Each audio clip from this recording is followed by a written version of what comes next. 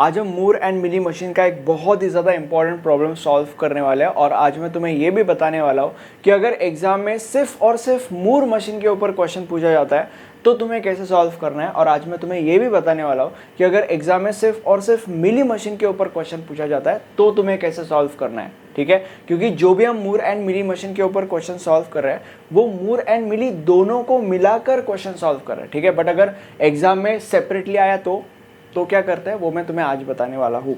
अब शुरू करते हैं, क्वेश्चन रीड करते हैं। सबसे पहले, design Moore and Mealy machine which outputs A if string ends with 101, outputs B if string ends with 110, otherwise C over summation of 0,1। इसका मतलब यह है कि हमें एक ऐसा मूर मशीन और एक ऐसा मिली मशीन बनाना है जो तुम्हें आउटपुट ए देगा अगर तुम्हारा दिया गया स्ट्रिंग एंड होता है विथ 101, जो तुम्हें आउटपुट बी देगा अगर तुम्हारा दिया गया स्ट्रिंग एंड होता है विथ 110, और बाकी जितने भी स्ट्रिंग्स तुम एज इनपुट दोगे उसके अंदर तुम्हें आउटपुट सी मिलेगा। But the condition is that कि ये जो बाकी के जितने भी स्ट्रिंग्स तुम दोगे वो सारे के सारे strings should be any combination of 0,1। ठीक है, अब जब तुम्हें एग्जाम के अंदर एक मूर एंड मिली मशीन का क्वेश्चन पूछा जाता है तब सबसे पहले तुम्हें एक मैथमेटिकल टप्पल बनाना पड़ता है जो तुम्हारी आगे की कहानी और ज़्यादा आसान कर देता है। अब मैथमेटिकल टप्पल के अंदर हमारे होते हैं 6 एलिमेंट्स, एक एक करके इन 6 एलिमेंट्स को मैं तुम्हें एक्सप्लेन करता हूँ। सबसे पहला और सबसे इंपॉर्टेंट एलिमेंट होता है क्यू का मतलब होता है फाइनाइट सेट ऑफ स्टेट्स, मतलब बेसिकली वो सारे मोड्स जिन मोड्स पे एक मशीन काम कर सकता है। तो अभी यहाँ पे हमें स्टेट्स ढूंढ निकालने पड़ते हैं। तो अभी अगर इस क्वेश्चन के लिए हमें स्टेट्स निकालने हैं तो क्या अप्रोच हमारा होना चाहिए वो मैं तुम्हें बता रहा हूँ। It's going to be a bit tough. ध्यान से देखो, सबसे पहले तो तुम्हें ये समझने की ज़रूरत है कि मशीन के अंदर जो भी स्ट्रिंग हम एज इनपुट देंगे इस चीज़ के वजह say that string either could and with 0 और either could and with 1।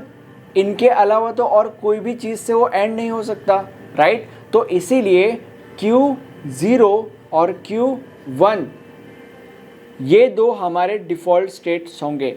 Q0 का मतलब क्या होता है? Q0 का मतलब हमारा स्ट्रिंग एंड्स विथ 0।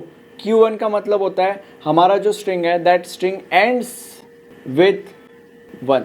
ठीक है, और यहाँ पे मैंने एक छोटा सा गैप छोड़ा है, ये गैप स्टार्ट स्टेट के लिए छोड़ा है मैंने। अब मुझे पता है कि मैंने एक लेक्चर बनाया था मूर एंड मिली मशीन के ऊपर जिसके अंदर हमने एक न्यूमेरिकल सॉल्व किया था। उस न्यूमेरिकल के अंदर मैंने बोला था कि अगर तुम स्टार्ट स्टेट नहीं लोगे that's totally fine, but the thing is that कि हमने जितने भी बाकी के टॉपिक्स के ऊपर लेक्चर्स बनाए जैसे कि FSM हो गया, DFA हो गया, वगैरह वगैरह वगैरह, सारे के सारे टॉपिक्स के अंदर हमने स्टार्ट स्टेट लिया है। इसीलिए बहुत सारे लोग हमें बोल रहे थे कि तुम स्टार्ट स्टेट लेके चीज़ें सॉल्व किया करो, इसीलिए हम इस न्यूमेरिकल के अंदर स्टार्ट स्टेट लेके आगे बढ़ रहे हैं।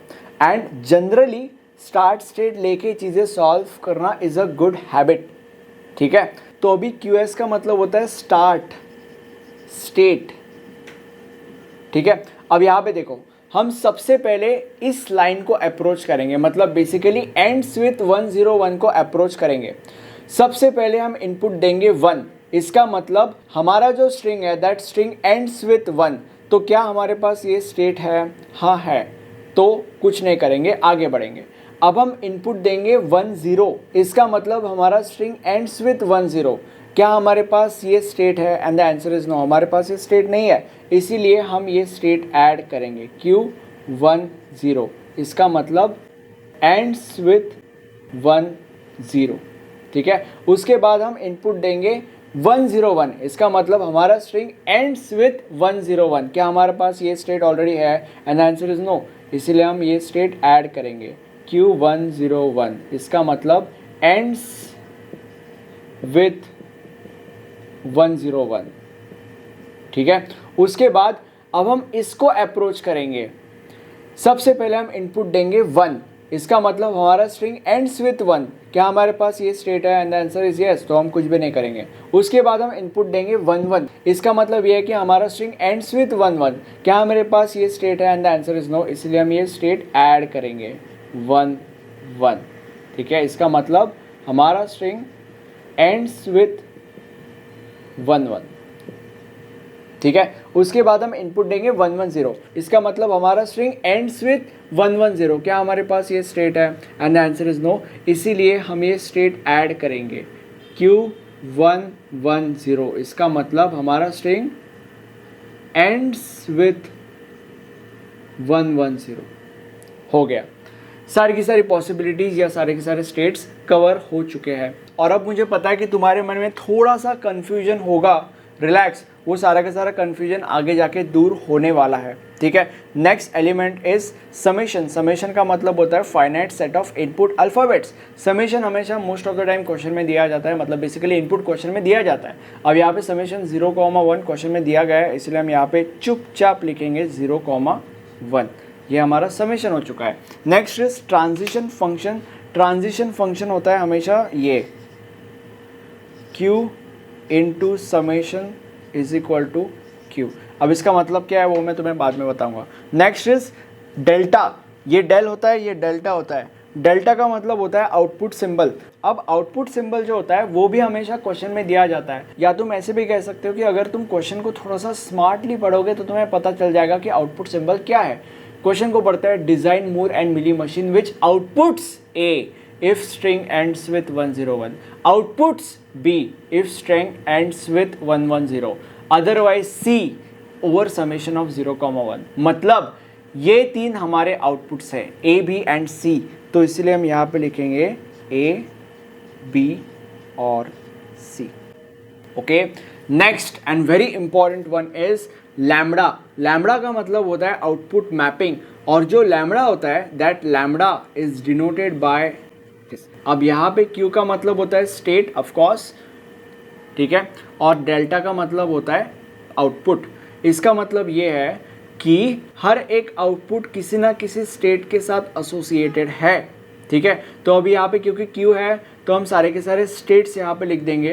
तो लैम्बडा और ब्रैकेट में सबसे पहले स्टार्ट स्टेट QS, उसके बाद लैम्बडा और Q0, उसके बाद लैम्बडा और Q1, लैम्बडा और Q10, लैम्बडा और Q101, लैम्बडा और Q11 एंड लैम्बडा और Q110, ठीक है। उसके बाद is equal to is equal to is equal to is equal to is equal to is equal to is equal to.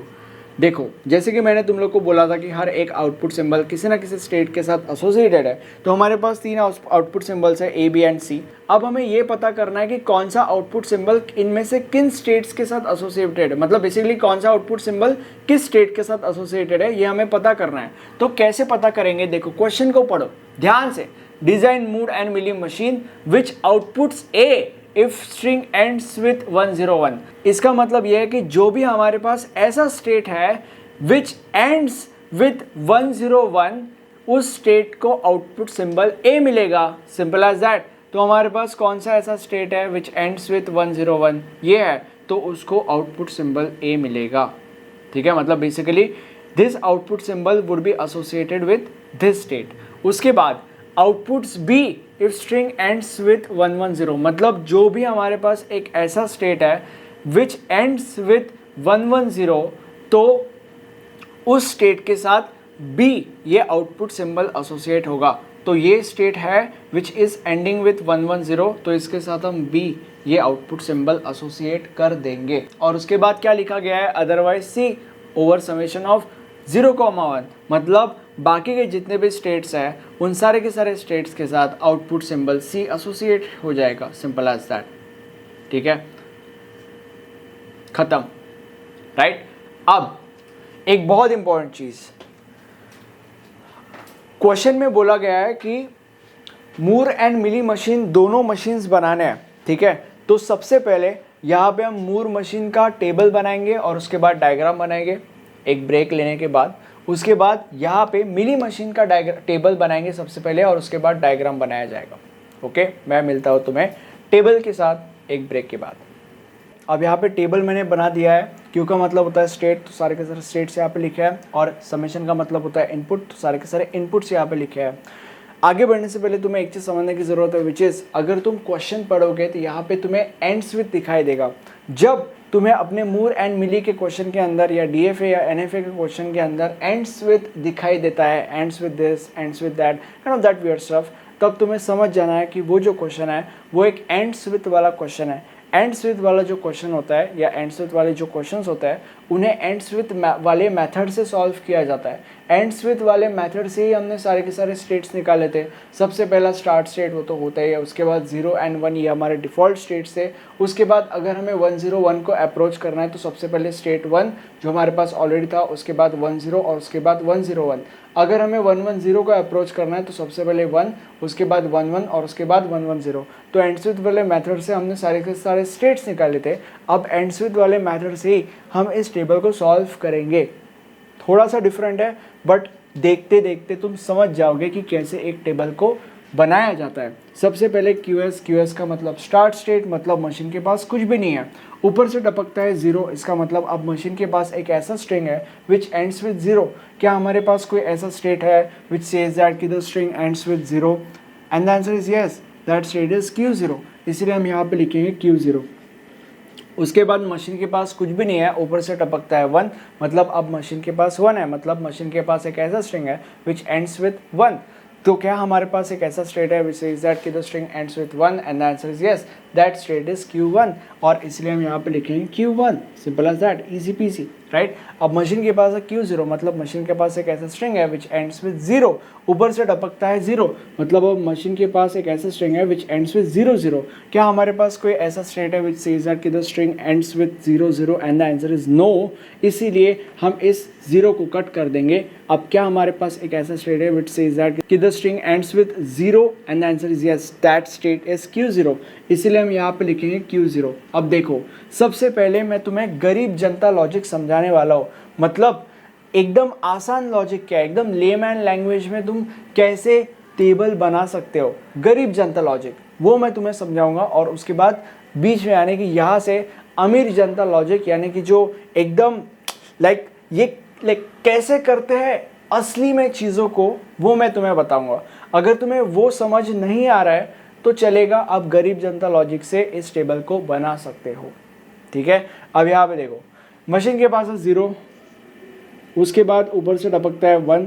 इसका मतलब मशीन के पास एक ऐसा स्ट्रिंग है विच एंड्स विद 0 1। क्या हमारे पास एक ऐसा स्ट्रिंग है विच सेज दैट कि the string ends with 0 1? And the answer is no. क्या हमारे पास एक ऐसा स्टेट है विच सेज दैट कि the string ends with 1? And the answer is yes, that state is Q1। इसलिए हम यहाँ पे लिखेंगे Q1। मशीन के पास है एंड्स विथ 1, ऊपर से टपकता है 0। इसका मतलब मशीन के पास एंड्स विथ 1 0 है। क्या हमारे पास एक ऐसा स्टेट है विच सेज दैट कि the string ends with 1 0? And the answer is yes. इसलिए हम यहाँ पे लिखेंगे Q1 0। अब मशीन के पास है एंड्स विथ 1, ऊपर से टपकता है 1। मशीन के पास है एंड्स विथ 1 1। क्या हमारे पास एक ऐसा स्टेट है विच सेज दैट कि the string ends with 1 1? And the answer is yes. इसलिए हम यहाँ पे लिखेंगे Q1 1। अब मशीन के पास है एंड्स विथ 1 0, ऊपर से टपकता है 0। अब यहाँ पे देखो चीज़ें कैसे काम करेगी। सबसे पहले इनपुट में जाएगा 1, मशीन एक्सेप्ट करेगी। उसके बाद जाएगा इनपुट में 0, मशीन एक्सेप्ट करेगी। उसके बाद जाएगा इनपुट में 0। जब ऐसा होगा तब मशीन इस 1 0 को रिजेक्ट कर देगी और इस 0 को एक्सेप्ट करेगी, और इसीलिए हम यहाँ पे लिखेंगे Q0, राइट। अब ऐसा क्यों हुआ ये मैं तुम्हें बाद में बताऊंगा, अब बताऊंगा इस वाले स्टेप के अंदर। मशीन के पास है एंड्स विथ 1 0, ऊपर से टपकता है 1।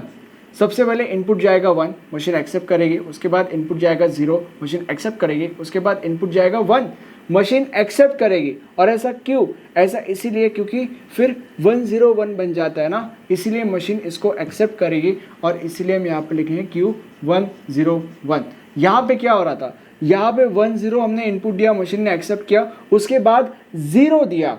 अब यहाँ पे मशीन ने सबसे पहले 1 0 को क्यों एक्सेप्ट किया था? मशीन ने 1 0 को इसलिए एक्सेप्ट किया था क्योंकि मशीन को ऐसे लग रहा था कि आगे अगर 1 आया तो 1 0 1 हो जाएगा, ठीक है। इसीलिए मशीन ने 1 0 को एक्सेप्ट किया था, बट आगे हमने 1 दिया ही नहीं, आगे तो हमने 0 दिया। इसीलिए मशीन ने इस 1 0 को रिजेक्ट कर दिया और इस 0 को एक्सेप्ट कर दिया, ठीक है। और 0 हमारा तो डिफॉल्ट स्टेट है, राइट। अगर आपको अभी नहीं समझा कि ये अमीर जनता लॉजिक क्या है, आगे और 2 स्टेप्स के अंदर आप समझ जाओगे और ज़्यादा क्लियर हो जाएगी आपकी चीज़ें, ठीक है, टेंशन मत लो। मशीन के पास है एंड्स विथ 1 0 1, ऊपर से टपकता है 0। अब देखो मशीन क्या करेगी, सबसे पहले जाएगा 1, मशीन एक्सेप्ट करेगी, उसके बाद जाएगा 0, मशीन एक्सेप्ट करेगी, उसके बाद जाएगा 1, मशीन एक्सेप्ट करेगी, उसके बाद जाएगा 0। तो अब मशीन क्या करेगी, मशीन इस 1 0 को रिजेक्ट कर देगी और इस 1 0 को एक्सेप्ट करेगी। और वो ऐसा क्यों करेगी, ऐसा वो इसीलिए करेगी क्योंकि 1 0 के बाद 1 आ सकता है और यहाँ पे 1 0 1 कंप्लीट हो सकता है, और इसीलिए वो इस 1 0 को रिजेक्ट करके इस 1 0 को एक्सेप्ट करेगी। इसलिए हम यहाँ पे लिखेंगे Q1 0, राइट। अगर आपको नहीं समझा तो हमारे गरीब जनता लॉजिक से आप चीज़ें कर सकते हो, ठीक है। अब यहाँ पे देखो 1 0 1 एंड्स विथ 1 0 1, ऊपर से टपकता है 1। अब मशीन क्या करेगी, सबसे पहले इनपुट जाएगा 1 एक्सेप्ट, 0 जाएगा एक्सेप्ट, 1 जाएगा एक्सेप्ट, उसके बाद 1 जाएगा। तो मशीन क्या करेगी, मशीन इस 1 0 को रिजेक्ट करेगी और इस 1 1 को एक्सेप्ट करेगी। और वो ऐसा क्यों करेगी, वो ऐसा इसलिए करेगी क्योंकि उसके पास होप्स है कि आगे 0 आएगा और फिर उसका 1 1 0 कंप्लीट हो जाएगा, ठीक है। इसलिए वो 1 0 को रिजेक्ट करके 1 1 को एक्सेप्ट करेगी, ठीक है। और इसलिए हम यहाँ पे लिखेंगे Q1 1। अगर गरीब जनता लॉजिक से इसे किया गया तो कैसे होगा, मशीन के पास है 1 0 1, ऊपर से आता है 1। क्या हमारे पास कोई ऐसा स्टेट है जो ये कहता है कि string ends with 1 0 1 1 and the answer is no, इसलिए इस 1 को कट कर दिया जाएगा। क्या हमारे पास अब ऐसा कोई स्टेट है विच सेज दैट कि the string ends with 0 1 1 and the answer is no, इसीलिए अब इस 0 को कट कर दिया जाएगा। तो अभी क्या हमारे पास एक ऐसा स्टेट है विच सेज दैट कि the string ends with 1 1 and the answer is yes, इसीलिए यहाँ पे Q1 1 लिख दिया जाएगा। ये गरीब जनता लॉजिक है, ठीक है। इट्स योर चॉइस, आपको गरीब जनता लॉजिक यूज करना है या अमीर जनता लॉजिक यूज करना है, चॉइस इज योर्स। आगे बढ़ते हैं। Q1 1 मतलब एंड्स विथ 1 1, ऊपर से टपकता है 0। क्या हमारे पास कोई ऐसा स्टेट है विच सेज दैट कि the string ends with 1 1 0 and the answer is yes, Q1 1 0 है तो Q1 1 0, राइट। देखो आगे बढ़ते हैं, 1 1 ऊपर से टपकता है 1, ठीक है। गरीब जनता लॉजिक से सॉल्व करेंगे। क्या हमारे पास कोई ऐसा स्टेट है विच सेज दैट कि the string ends with 1 1 1 and the answer is no. क्या हमारे पास कोई ऐसा स्टेट है विच सेज दैट कि the string ends with 1 1 and the answer is yes, that state is Q1 1, इसलिए हम यहाँ पे लिखेंगे Q1 1 1 1 0 1 1 0, ऊपर से टपकता है 0। क्या हमारे पास कोई ऐसा स्टेट है विच सेज दैट कि the string ends with 1 1 0 0 and the answer is no. क्या हमारे पास कोई ऐसा स्टेट है विच सेज दैट कि the string ends with 1 0 0 and the answer is no. क्या हमारे पास कोई ऐसा स्टेट है विच सेज दैट कि the string ends with 0 0 and the answer is no. क्या हमारे पास कोई ऐसा स्टेट है विच सेज दैट कि the string ends with 0 and the answer is yes, that state is Q0, इसलिए हम यहाँ पे लिखेंगे Q0।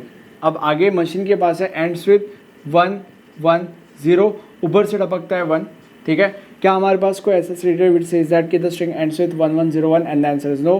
क्या हमारे पास कोई ऐसा स्टेट है विच सेज दैट कि the string ends with 1 0 1 and the answer is yes, that state is Q1 0 1, इसलिए हम यहाँ पे लिखेंगे Q1 0 1। और ये हमारा टेबल बन के रेडी हो चुका है।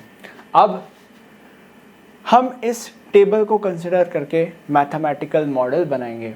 अब अगर तुम्हें मैथमेटिकल मॉडल बनाना है तो सबसे पहले सारे के सारे स्टेट्स यहाँ पे लिख दो, QS, उसके बाद Q0, Q1, then Q1 0, then Q1 0 1, उसके बाद Q1 1 and then Q1 1 0, right. अब कॉमा दो हर एक स्टेट के बाद।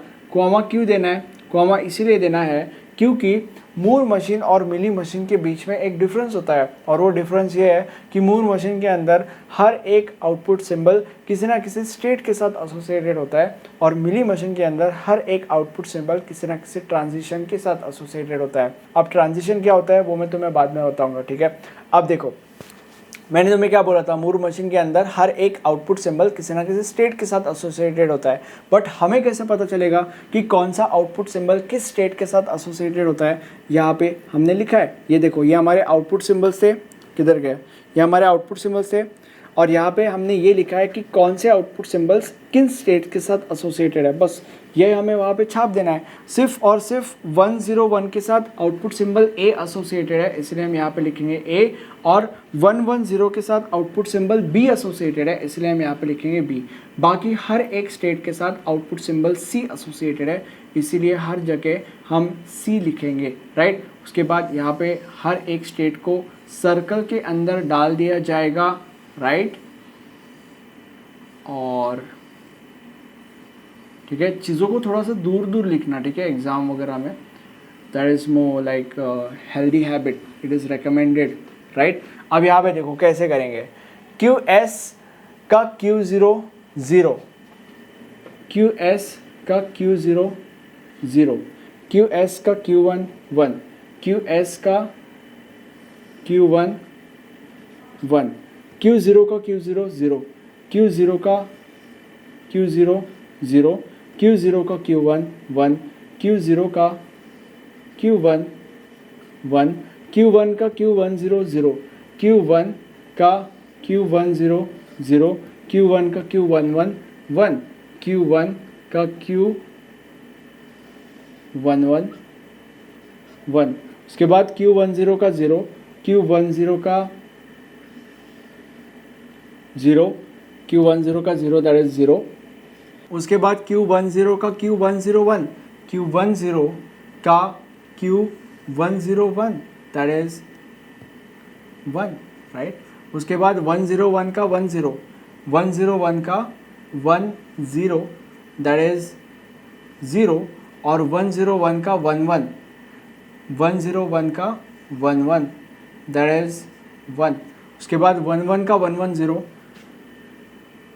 11 का 110 दैट इज 0, एंड 11 का 11 दैट इज 1, 11 का 11 दैट इज 1।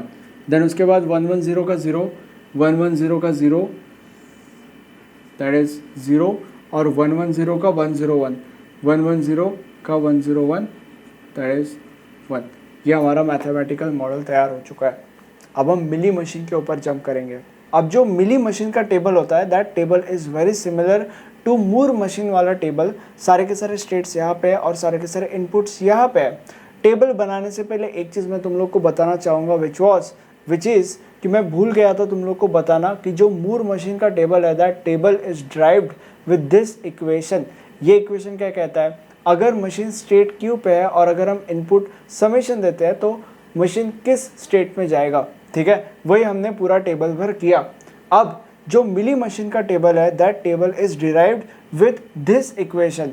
यहाँ पे इस क्यू के जगह पे आउटपुट है। इसका मतलब ये है कि जो भी स्टेट्स यहाँ पे दिख रहे हैं तुम्हें, इन सारे के सारे स्टेट्स के साथ जो भी आउटपुट सिंबल्स एसोसिएटेड है, तुम्हें बस इस टेबल के अंदर उन स्टेट्स के साथ जो भी आउटपुट सिंबल्स एसोसिएटेड है वो आउटपुट सिंबल्स यहाँ पे लिखने हैं। मतलब यहाँ पे देखो 101 इस स्टेट के साथ ए आउटपुट सिंबल एसोसिएटेड था, राइट। तो जहाँ पे भी 101 है वहाँ पे ए लिख दो चुपचाप। तो यहाँ पे आखिरी में ए आएगा क्योंकि यहाँ पे 101 है। उसके बाद 101 यहाँ पे है तो 1 2 यहाँ पे ए आएगा, एंड उसके बाद और कहीं पे भी 101 नहीं है।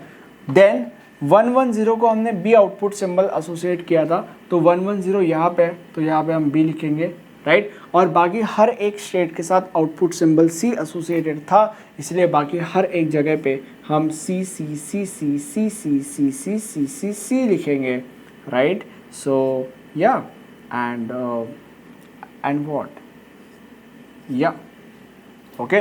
तो ये टेबल हमारा हो चुका है। थोड़ा सा इसको प्रॉपरली लिखता हूँ मैं। अब हम मिली मशीन का डायग्राम बनाएंगे, ठीक है। देखो अभी कैसे डायग्राम बनाएंगे, बहुत ज़्यादा सिमिलर चीज़ें करनी पड़ती है।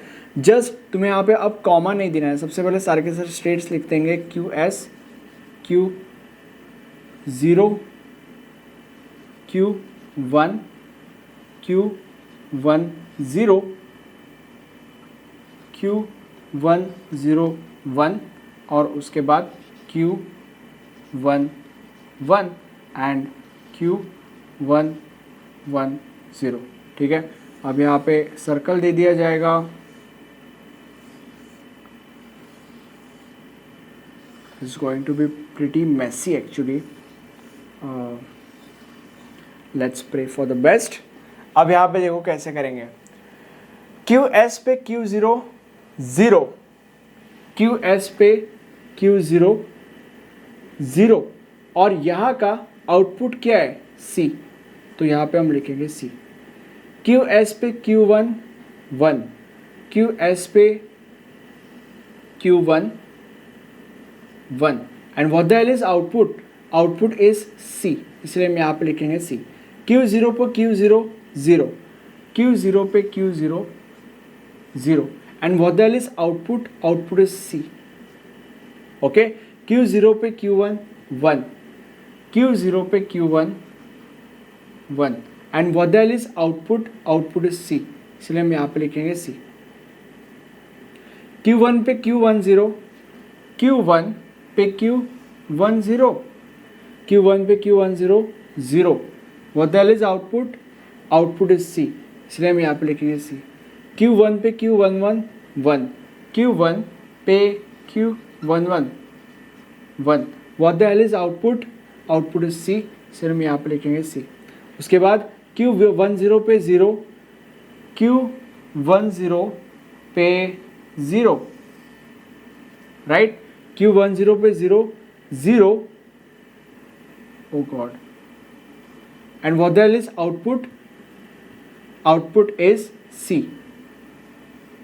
उसके बाद Q10 पे 101, दैट इज 1, Q10 पे 101, Q10 पे 101, 10 पे 101, that is 1 and what the hell is output, output is A, इसलिए हम यहाँ पे लिखेंगे A। Q101 पे 10, 101 पे 10, 101 पे 10, 101 पे 10 0 and what the hell is output, output is C, इसलिए हम यहाँ पे लिखेंगे C। उसके बाद 101 पे 11, 101 पे 11, ओके, 101 पे 11, that is 1 and output is C, 1 and output C, right. उसके बाद 11 पे 110, 11 पे 110, 11 पे 110, that is 0 and output is B, इसलिए हम यहाँ पे लिखेंगे B। उसके बाद 11 पे 11, 11 पे 11, 11 पे 11, that is 1 and what the hell is output, output is C, C। उसके बाद 110 पे 110 पे 0, 110 पे 0, ओ माय गॉड, 110 पे 0, 110 पे 0, that is 0 and what the hell is output, output is C। then 110 पे 101, 110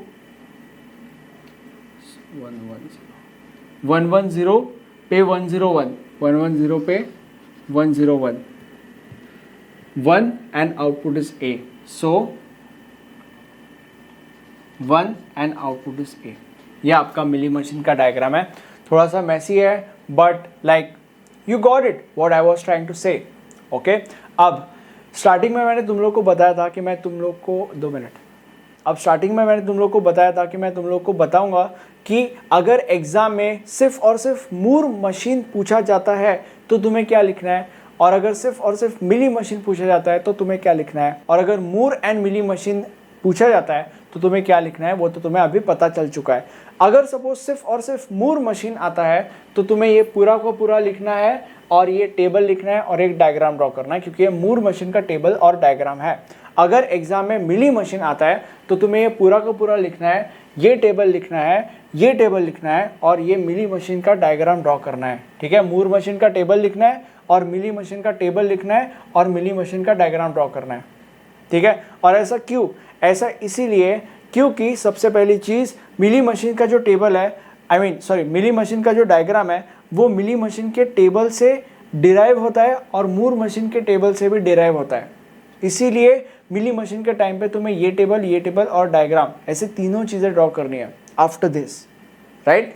और तुम्हें और एक चीज़ समझने की ज़रूरत है, विच इज़ एग्जाम के अंदर तुम्हें टेबल के मार्क्स नहीं होते, एग्जाम के अंदर तुम्हें डायग्राम के मार्क्स होते हैं।